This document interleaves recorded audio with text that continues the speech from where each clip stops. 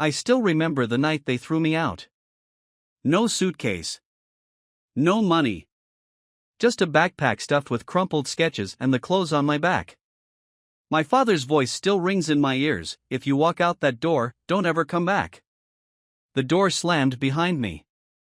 I stood there for a second, hoping and praying that my mother would come running after me. That she would at least slip me a few dollars, whisper that she believed in me. But the house stayed silent. No footsteps. No second thoughts. Just me and the cold night air. And that was how, at 16, I became homeless. I was always different from the kids around me. While they were up playing soccer or glued to video games, I sat in the corner with my sketchbook, lost in my own world. I'd draw anything: faces, landscapes, surreal creatures that didn't exist outside my imagination. I wasn't just good. I was obsessed. But in my house, artist wasn't a career.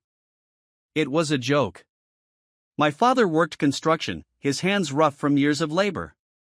My mother had a job at a local diner, scraping by with long shifts. They wanted something better for me, but their version of better meant something practical. Accountant. Lawyer. At least a mechanic. Art? That was a child's fantasy. I tried to hide my drawings at first, sketching late at night under the covers. But my father found them. He flipped through my sketchbook, his face growing redder with every page. Then he ripped it in half. "You think this is gonna put food on the table?" he scoffed, tossing the torn pages onto the floor. "You wanna waste your life on this garbage?" I could barely breathe. My hands trembled as I picked up the shredded pieces of my world. I begged them to understand. Art wasn't a phase. It wasn't just some childish dream I'd grow out of. It was who I was. I showed them my sketches, detailed portraits, vivid street scenes, pieces that took me weeks to perfect. I even won a local art competition once, but my father just shook his head. "That's nice," he muttered. "Now go study something real." No matter what I did, it was never enough. They pushed me toward trade school, tried to shove me into a future that didn't fit. But I refused. I had to chase this dream, even if it killed me. Then came the final fight. My father shoved a stack of community college brochures into my hands. "Pick one," he ordered. I pushed them away. "I'm not doing this. I'm going to be an artist." Silence. Then, the explosion.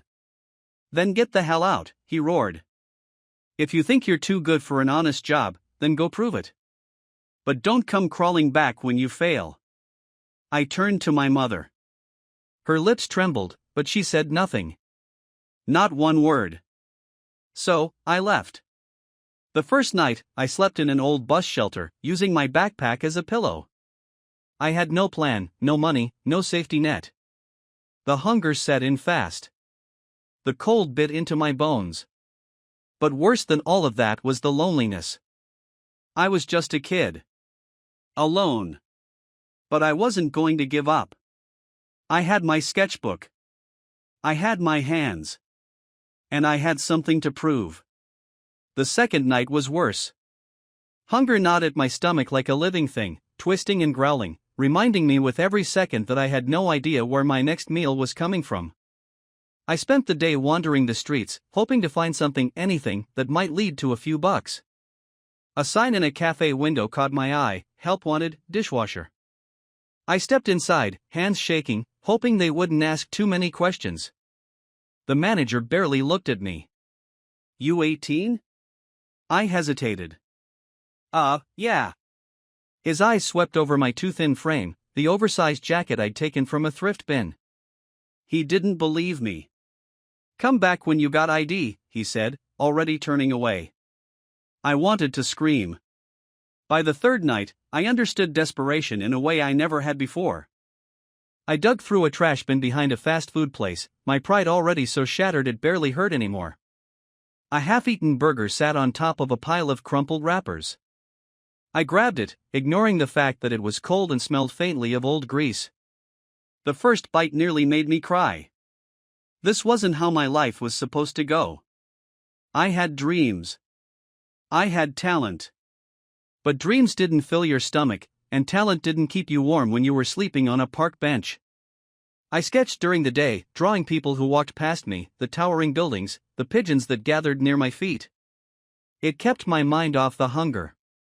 It reminded me of who I was, who I still wanted to be.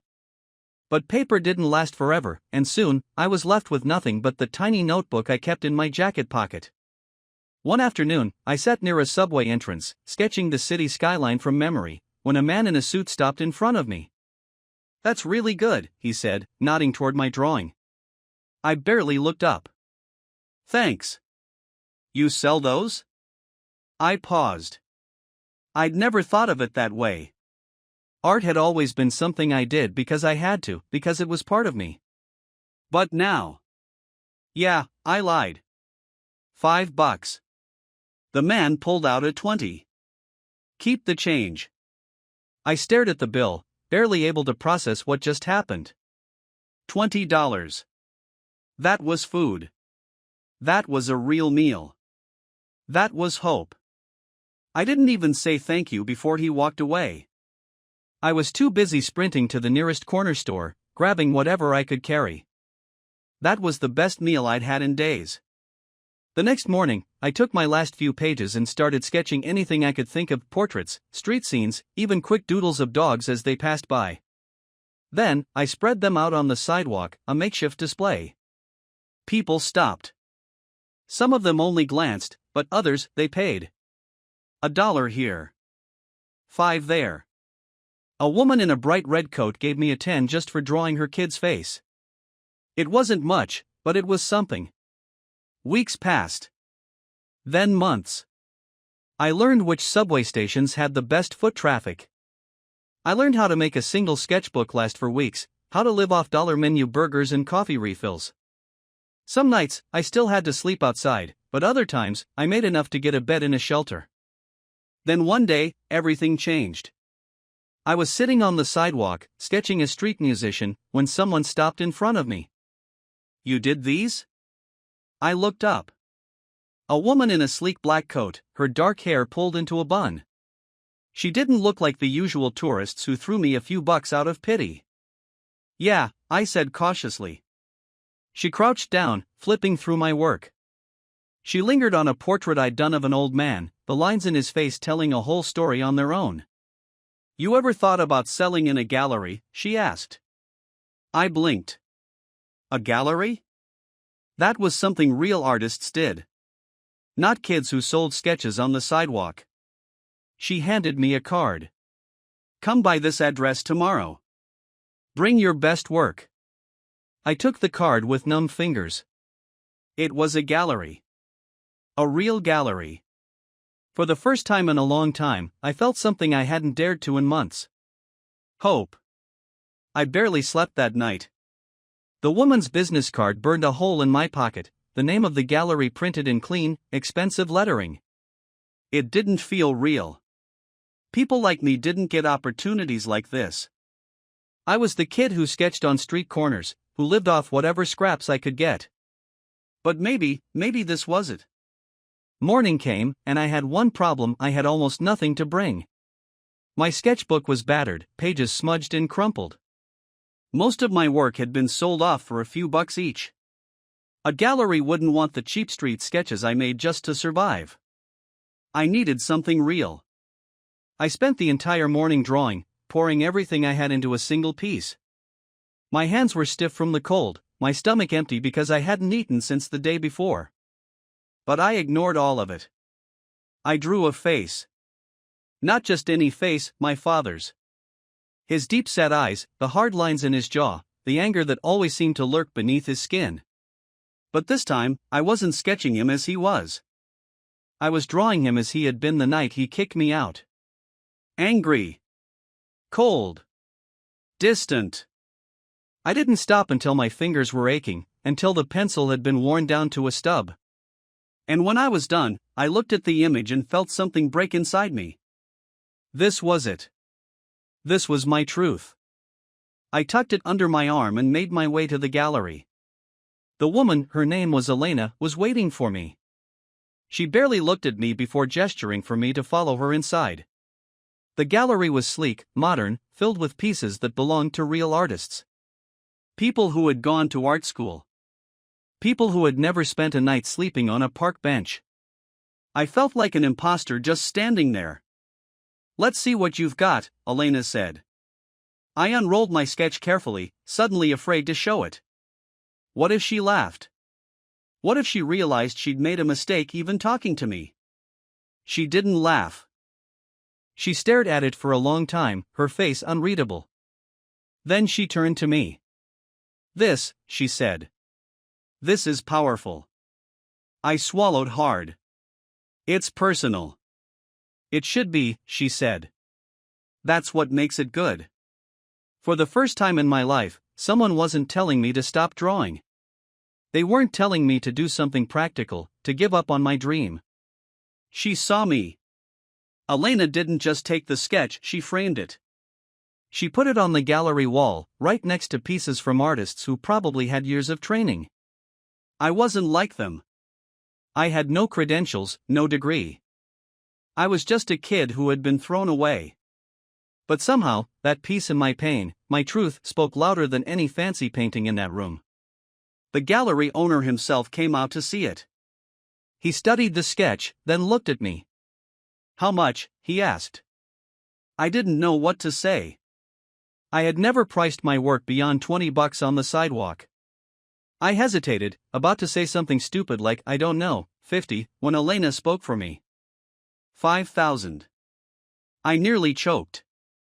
The man didn't blink. He nodded. "I'll take it." Just like that. $5,000. More money than I had ever seen in my life. I walked out of that gallery feeling like I was floating. I had been starving just that morning. Now, I had money. I had a chance. That one piece led to more. More commissions. More gallery spots. More recognition. Within a year, I wasn't just surviving anymore. I was an artist. A real one. And the people who had thrown me away? They were about to come back. It started with a phone call. An unknown number. I almost didn't answer, but something told me to pick up. "Hello?" There was a pause. Then a voice I hadn't heard in years. "It's your mother." I felt the world tilt for a second. I hadn't spoken to her since the night I left. In all the years I struggled, when I was starving, when I was sleeping on the streets, when I was fighting to survive, she had never once reached out. Not a letter. Not a call. And now, suddenly, she had found my number? "I saw you on the news," she continued, her voice careful, like she wasn't sure if I'd hang up. "They did a piece about you.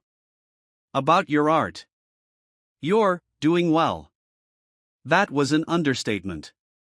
I had gone from sketching in the cold to selling out exhibitions. My work was being auctioned for more money than I knew what to do with. The same talent my father mocked, the same dreams they threw me away for, people were paying millions for it now. And now, suddenly, she cared? I swallowed back the bitterness rising in my throat. "What do you want? Can't a mother just want to talk to her son?" I laughed. Actually laughed. "You didn't want to talk when I was sleeping under bridges." She hesitated. We made a mistake." "We." Not just her. Him, too. She kept talking, filling the silence with soft apologies, carefully chosen words. But I wasn't stupid. This wasn't guilt. This wasn't regret. This was greed. I let her talk, and when she was finally done, I asked, "Where's Dad?" Another pause. "He wants to see you." I bet he did. It was all falling into place. They had seen my name in headlines, watched as my paintings sold for millions. And now, after all these years, they were reaching out? I should have hung up. I should have told her to lose my number. But instead, something inside me, something dark, something still wounded, wanted to see them. So I said, "Okay. Let's meet." I picked the place. A high-end restaurant, the kind with chandeliers and waiters in crisp white jackets. The kind of place people like my parents never would have set foot in before. I arrived early, dressed sharp, the way success had taught me to. People recognized me. A couple at the bar whispered my name. The manager shook my hand, offering me the best seat in the house. And then they walked in. I almost didn't recognize them. My mother had aged, lines around her mouth, hair thinner than I remembered. My father, he looked smaller somehow. The same man who had towered over me the night he kicked me out now seemed worn down by time. For a second, I felt something strange. Not anger. Not sadness. Pity. They sat across from me, awkward, unsure. My father cleared his throat, forcing a smile. "You look good, son." "Yeah," I said. "I know." Silence. The kind that stretched too long, too uncomfortable. Then my mother started, the same speech she had given on the phone, only now with watery eyes, with shaking hands. "We never meant to hurt you. We thought we were doing what was best." Throwing me out was best? She flinched. "We were scared." "Your father thought." "My father thought I was a failure," I cut in. "He made that clear enough." My father opened his mouth, then closed it. He had nothing to say. The waiter arrived, taking our orders. My father barely looked at the menu, just muttered, "Same as him," pointing at my plate. That's when I realized they weren't just here for me. They were here for what I had. The expensive meal. The lifestyle. The success. I decided to play along. "So," I said, leaning back, "what do you two do now?" A shadow passed over my father's face. He shifted uncomfortably. My mother hesitated before answering. "Your father lost his job a few years ago. The company downsized. And I had to stop working because of my health." I sipped my drink, waiting. Things had finally clicked into place. They weren't here because they missed me. They were here because they needed me. They needed my money. I let the silence drag out, enjoying the way my father squirmed in his seat. The same man who had thrown me out with nothing, who had called my dreams garbage, was now sitting across from me, hoping I'd hand him a blank check. And I could have. I could have pulled out my wallet right then and there, thrown a few thousand on the table just to watch them scramble for it. But that would have been too easy. I wanted something more. Something better. I leaned forward, meeting my father's eyes. "You know, I was thinking of doing a portrait series. Something personal." My mother perked up. "That sounds wonderful." "Yeah," I said, voice smooth. "I want to capture faces from my past. The people who shaped me. Who made me who I am today." They both smiled, relief washing over them. They thought this was me letting them in. But then I continued. "I'm thinking of calling it The Ones Who Left Me." My father's face twitched. My mother's smile faltered. I leaned back, watching the realization dawn on them. They weren't going to be part of my success. They were going to be part of my story. A story about abandonment. About betrayal. About them. The waiter returned with our food. I picked up my fork, taking a slow bite. "You should come to the opening," I said. "You'll recognize a few faces." And then, I smiled. For the first time, I had the power. And I was going to enjoy every second of it. For a moment, neither of them spoke. My mother's fingers tightened around the napkin in her lap. My father's jaw clenched so hard I thought his teeth might crack. They weren't stupid, they understood exactly what I was saying. This wasn't a reunion. This wasn't forgiveness. This was payback. My father was the first to break the silence. His voice was rough, like gravel scraping against concrete. "You don't have to do this, son." Son. He hadn't called me that since I was 16. Since the night he told me to get the hell out. I wiped my mouth with the linen napkin, calm, collected. Do what? This little game you're playing, he said, his hands balling into fists on the table. We came here to make things right, not to be part of your damn art project. I let out a soft laugh. You want to make things right? I gestured around the restaurant. The high ceilings, the gold accents, the quiet clink of expensive silverware. You're about 8 years too late. My mother reached across the table, her voice a plea. Please, we made mistakes. But we're still your parents.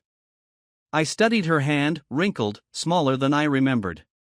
When I was younger, I used to reach for that same hand whenever I was scared. Whenever I needed reassurance. But when I needed her the most, she had let me go. I didn't reach back. Instead, I set my fork down, letting the sound ring out between us. You didn't come here for me, I said finally. You came here because you need something. My father stiffened, but my mother's face crumpled. I gave them an easy smile. So let's cut the crap. How much do you want? My father's chair scraped against the marble floor as he stood abruptly. I knew this was a mistake. My mother shot him a look before turning back to me. We're not asking for money. I arched an eyebrow. No? She hesitated. We just thought, now that you're doing well, maybe we could be a family again. A family. The word hit me harder than I expected. I thought about the family I used to dream about when I was younger, the one where my father was proud of me, where my mother stood up for me, where my art wasn't treated like trash. But that family never existed. And the people sitting across from me weren't here to fix things. They were here because they saw my name in the headlines. Because I had something they wanted. I let out a slow breath, forcing the bitterness down. I spent years being nothing to you. And now, suddenly, I'm your son again? You were always our son, my mother whispered. My fingers tapped against the table. Really? Because I remember being 16, sleeping under a bridge, wondering if I'd make it through the night. She flinched. We thought you'd come back. I laughed. A real laugh this time. Come back to what? A house where my dreams were garbage? A family that only loved me when I did what they wanted? She opened her mouth, then closed it. I pushed back my chair, standing up. I think we're done here. Wait, my father said. There was something desperate in his voice now. You don't get it, do you? Life's not easy. We did what we thought was right. You think you're better than us because you got lucky? Lucky? I echoed, my voice sharp. His face reddened. Yeah. You think I don't know how the art world works? Rich people throwing money at paintings just to show off. You wouldn't be sitting here if some rich asshole hadn't decided your scribbles were worth something. My chest tightened, but I didn't let it show. I just smiled. Maybe. But I'm the one sitting here, aren't I? My father's eyes burned with something ugly. He had never been proud of me. Not when I was a kid, and not now. I took out my wallet, pulled out $100 bill, and tossed it on the table. Here. Dinner's on me. My mother's lips trembled. Please, we don't want your money. We just. I shook my head. You only want me now that I'm worth something. I turned and walked away. They didn't follow me. Outside, the night air was cool against my skin. I should have felt satisfied. This was what I wanted, wasn't it? To see them squirm. To watch them realize they had lost me. But as I stood there, staring at the city lights, I didn't feel victorious. I just felt tired. I had spent years proving I didn't need them. But now that they were gone for good, I realized something. I had one. But the kid who once wanted their love so badly it hurt? He had lost a long time ago. The night stretched out before me, the city lights blurring into streaks of gold and red. I stood on the sidewalk, hands in my pockets, trying to swallow the strange, empty feeling in my chest. I had done it. I had walked away. So why did it still feel like something inside me was unraveling? I should have felt powerful. I had made them sit there and face the weight of their choices. I had watched my father, the man who once looked at me like I was nothing, squirm in his seat, knowing he had no control over me anymore. And yet, as I stood there under the glow of the street lamp, all I could hear was his voice in my head. "You think you're better than us?" I exhaled sharply, shoving the thought away. It didn't matter. They didn't matter. A car pulled up to the curb, and a sleek black door swung open. Elena leaned out, one perfectly manicured hand resting on the frame. "Well," she asked. "Did you get what you wanted?" I slid into the passenger seat, closing the door behind me. "Yeah," I said. "I did." She studied me, her sharp eyes catching everything. "You don't look like it." I let out a humorless laugh. "Guess revenge doesn't feel as good as they make it seem in the movies." She pulled back into traffic, the hum of the engine filling the silence between us. "So what now?" That was the question, wasn't it? For years, everything had been about proving them wrong. Every sketch I made, every painting I sold, every exhibition I curated, it had all been fueled by that night. By the door slamming behind me. By the hunger. The cold. The loneliness. But now? Now there was no one left to prove anything to. I stared out the window as the city rolled past, my own reflection staring back at me. "Now," I said finally, "I stop looking back." Elena smirked. About time. The next few months passed in a blur. My exhibition, The Ones Who Left Me, sold out within days. Critics called it my most raw and vulnerable work yet.